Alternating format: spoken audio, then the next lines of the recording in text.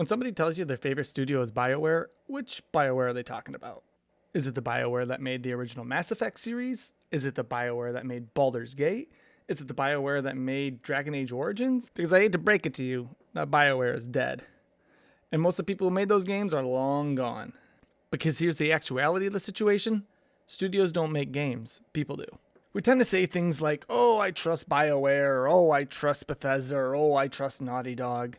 But here's the problem. The people who made you fall in love with those studios probably don't even work there anymore. I'll be watching the Game Awards and I'll see a studio logo pop up and I'll suddenly get excited. And then I'll realize that it's been like 5 to 10 years since I've even played that game that I love from that studio.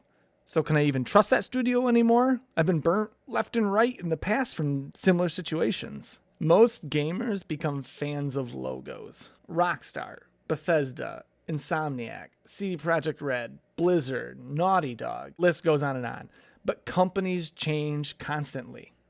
Writers leave, creative directors leave, lead designers leave, programmers leave, ownership changes, culture changes, wrong people get hired into the wrong positions. And then large amounts of people get laid off, maybe deservingly more recently. And eventually, only the logo remains. You know, we tend to stand behind these gaming companies like they're our favorite sports team. I'm a Detroit Lions fan through and through, but I'm not putting any money on the fact that they're going to make it to the Super Bowl. And that's what's different about gaming. We're standing behind these companies and we're paying $60, upwards of $80, $100 nowadays for these games. And you're not even guaranteed it's the same roster that made the game that you love, the same roster of the team that won the Super Bowl years ago. So at some point, you're cheering for the jersey, not the team, you know? It's like that analogy of the ship's wood being replaced for gaming studios. You know, if every plank gets replaced, is it still the same ship? Except in gaming, we're still pre-ordering games based on that logic. And even that's losing its value every generation, and I wouldn't even do it anymore. Even if they're offering unique haircuts. Calling you out, Rockstar. But here's the reality. People make games. There's combat directors, there's lead designers, there's art directors, there's narrative leads, there's creative directors, there's level designers. They're the reasons we love the games. And more than likely, you don't even know their names. That's shitty, because those are the people actually making the decisions and doing all the work. You know, game developers are essentially like magicians. You don't notice them until something's going wrong. And lately, we've been noticing them way too often. How many times do we have to get burned here before we learn our lesson? I started noticing this issue because of the current climate of the gaming industry. You know, you have massive team sizes and then massive layoffs in accordance due to overinflated budgets and unrealistic sales goals. All right, let's look at some positive examples here. You have former Witcher 3 developers releasing The Blood of Dawnwalker. And then you have the original Assassin's Creed developer releasing 1666 Amsterdam. You know, when people first saw that, they didn't ask who the studio was. They heard, oh, those are former Witcher 3 developers, or oh, that's the original Assassin's Creed creator, and they're immediately interested. Exactly. That's the point I'm trying to make here. That's what we need to start doing more often.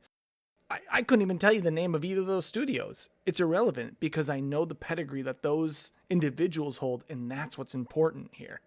Because more often than not, we're getting burnt by following these studios blindly. I mean, let's look at my original example, BioWare. So many key creative talents left them over the years. We've seen a downward trend in their games ever since, from Mass Effect Andromeda to Anthem to Dragon Age Veilguard, potentially killing the entire franchise. It's such a fall from grace, and it's such a damn shame.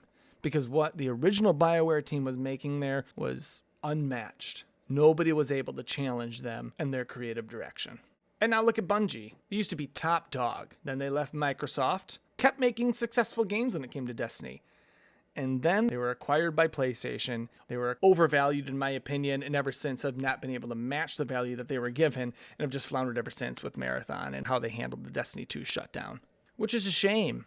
But I also think it's because a lot of their original creative talent has left. That's not the original company that even built those franchises. And Marathon was DOA, in my opinion. Nobody asked for it. Nobody wants that live service slop. Though I do like the art direction in that game, it's just not enough to make me play it. And honestly, we'd be lying if we were to say that Bethesda isn't on the chopping block as well since the Microsoft acquisition. They haven't really delivered much with Fallout 76's continued flat existence and the poor reception of Starfield as well. Not to mention the lack of support for their Oblivion remake, which honestly is probably the most successful thing that they've been involved with recently. So really got fingers crossed for Elder Scrolls 6, and if that doesn't deliver how they hope it does, which, I mean, if you're aiming for some sort of Skyrim reception, it may be DOA as well. But man, if that doesn't deliver, I think we see massive restructuring when it comes to Bethesda, and that's a damn shame. Or maybe it's not. And all this is without me even touching base on the fixation of creating live service games no one asked for in an empty attempt to shave even a sliver of Fortnite's success. I mean, look, we got Concord, Highguard, Suicide Squad, Redfall, all made by large companies with previous prestige behind their names. If we purchase based on that alone, we sitting here with our dicks in our hands because all those games have subsequently been shut down. Starting to see the problem here? And listen, I'm going to say it here.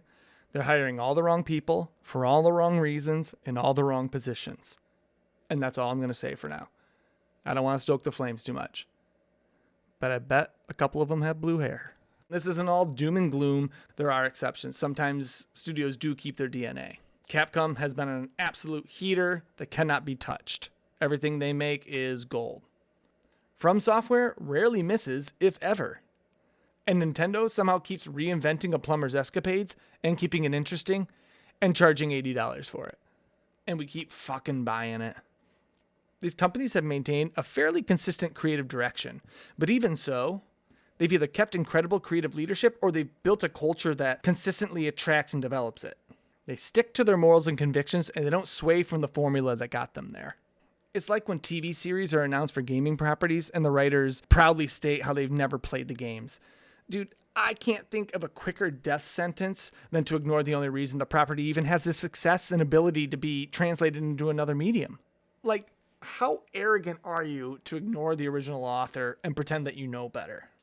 So, when a game gets announced, don't just ask what studio made it. Ask who directed it, who wrote it, who designed it, who left, who stayed, who was laid off. That'll probably tell you more about the game than a studio logo ever will. I honestly hope someday we start following creators kind of the same way we follow authors of books or directors of movies like Villeneuve or Nolan or Tarantino. I actually think gaming's a little behind for this. Because whether it's games, movies, music, or books, the people creating them matter far more than the brand on the box. Maybe it's time we start celebrating the creators more than we celebrate the companies. And besides, if gamers can memorize 900 fucking Pokemon, we can probably learn the names of a few creative directors. The older I get and the more jaded I get, the less I care about companies and the more I care about individuals involved. I'm still excited when I see certain logos, but I'm more excited to learn about the people standing behind those logos now. Because again, studios don't make great games. People do. Studios make brands. People make art. It's as simple as that. But let me know what you guys think in the comments below. Is there a certain developer or writer that you'll follow anywhere? Or is there a particular studio that you'll follow no matter what? I'm genuinely curious where you guys land on this. So please chime in the comments, like and subscribe if you haven't yet. And I truly appreciate you making it to the end of this video. So until next time, peace.